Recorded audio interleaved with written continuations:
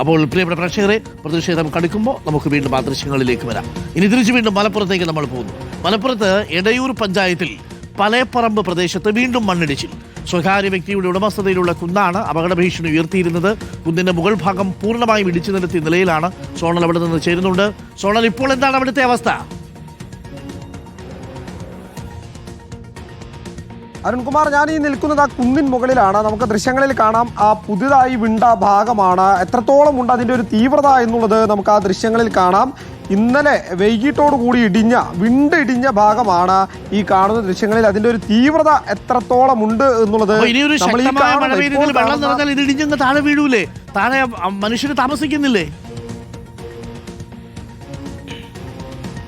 തീർച്ചയായിട്ടും അരുൺകുമാർ, നമുക്ക് ദൃശ്യങ്ങളൊന്ന് താഴോട്ട് കാണിച്ചാൽ അവിടെ നിറയെ വീടുകൾ ഇങ്ങനെ നിൽക്കുന്നത് കാണാം. നമുക്ക് ഇതിൻ്റെ ഒരു തീവ്രത മനസ്സിലാക്കണമെങ്കിൽ ഇവിടെ നിന്നൊരു വൈഡ് ഫ്രെയിം വെച്ചാലേ നമുക്ക് മനസ്സിലാവുള്ളൂ. നമുക്ക് കാണാം, ഏകദേശം 200 മീറ്റർ നീളത്തിലാണ് ഈ വിള്ളൽ ഇങ്ങനെ വിണ്ടു നിൽക്കുന്നത്. അതായത് കുന്നിടിച്ച മണ്ണ് ഈ പ്രദേശത്ത് തന്നെ അടുക്കി വെച്ച് നിരപ്പാക്കുകയാണ് ഈ സ്ഥലം ഉടമ ചെയ്തിട്ടുള്ളത് എന്നുള്ളതാണ്. ഷഫീഖർലായി, ഇങ്ങോട്ടേക്ക് തിരിച്ചാൽ, അതായത് ഈ ഡാർപ്പായ എട്ടായി വിള്ളൽ വന്ന ഭാഗം എത്രത്തോളം ഉണ്ട് ഇതിന്റെ നീളം എന്നുള്ളത് നമുക്ക് ഈ ദൃശ്യങ്ങളിൽ നിന്ന് വ്യക്തമാക്കാം. ഇത്രയും ഭാഗം ഒരുമിച്ച് താഴേക്ക് ഇടിഞ്ഞു പോകാനാണ് സാധ്യത എന്നുള്ളതാണ് ഇതിലേറ്റവും പ്രധാനപ്പെട്ട കാര്യം. ഈ നാട്ടുകാരൊക്കെ നമ്മളോടൊപ്പം ചേരുകയാണ്. അന്തിയുറങ്ങാൻ പേടിയാണെന്ന് ഇന്നലെ ആ ഉമ്മ പറഞ്ഞതാണ്. എന്താണ് സ്ഥിതി? ഞങ്ങളെല്ലാവരും ഭയങ്കര ഇടങ്ങളിലാണ്, ഭയങ്കര ബുദ്ധിമുട്ടിലാണ് നിൽക്കുന്നത്. എക്സ്പെഷ്യലി ഞാനൊരു പ്രവാസിയാണ്, നാളെ പോകുന്ന ഒരാളാണ്. എന്തു ധൈര്യത്തിൽ ഞാൻ എൻ്റെ ഫാമിലി ഇവിടെ വിട്ടുവെച്ച് പോകും? അതാണ് എനിക്ക് ചോദിക്കാനുള്ളത്. ഇത് അധികാരികൾ കണ്ണു തുറക്കണം, അല്ലെങ്കിൽ അധികാരികൾ ഇതിനൊരു പോം വഴി കണ്ടെത്തണം. അതാണ് എനിക്ക് പറയാനുള്ളത്.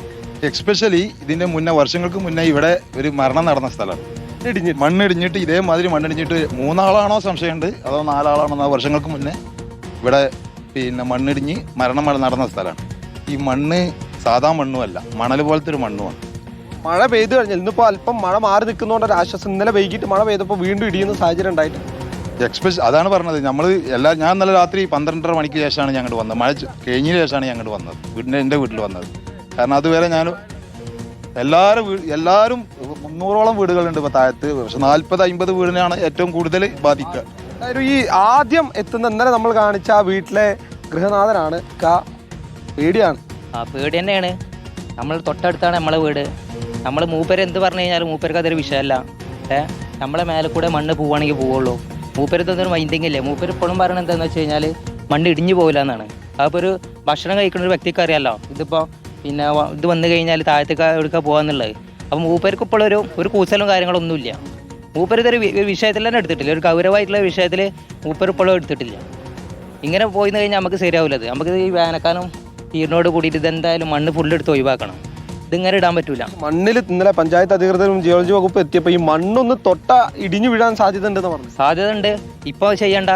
ഇപ്പൊ എന്താ വെച്ച് കഴിഞ്ഞാൽ ഈ വെള്ളം പോവാനുള്ള ലെവലിൽ എന്തെങ്കിലും സൊല്യൂഷൻ ചെയ്ത് വെച്ചാൽ മതി.